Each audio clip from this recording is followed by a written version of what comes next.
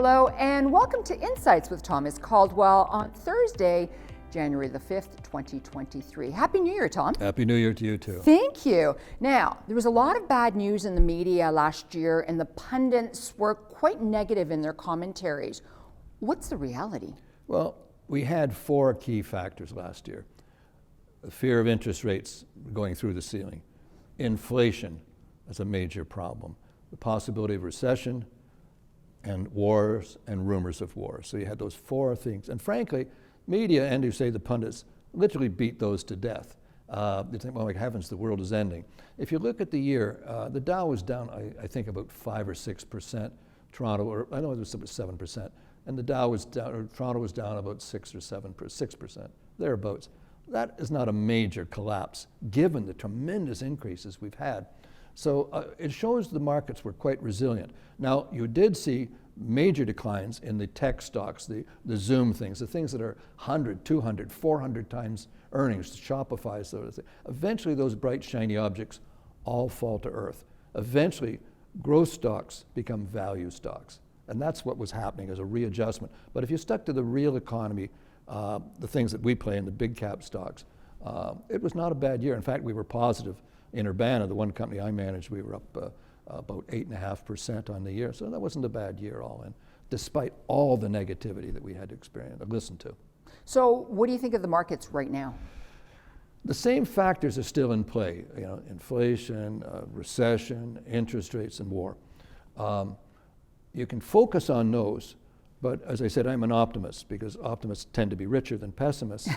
But it isn't that you look at the world in a Pollyanna sense. What you're looking at is looking for opportunities. And inflation will probably moderate to some degree. I think we're nearer the end of the interest rate increases than the beginning. There'll still be a few more going on. Are we going to have a recession or a slowdown? Frankly, that's a moot point. And the war will grind on until it's finished somehow or other. But the interesting thing, people are so concerned about recession. Remember, recessions come and go. Slowdowns come and go. The only constant is inflation. Inflation is always a factor. At some level, whether it be 2%, and it never was 2% when they said 2%, or whether it be where it is now, inflation. So you have to invest for inflation. That is the only constant. So right now we have a period where we have this fear level of, oh my gosh, these terrible things are going to happen. We're still coming off that nonsense.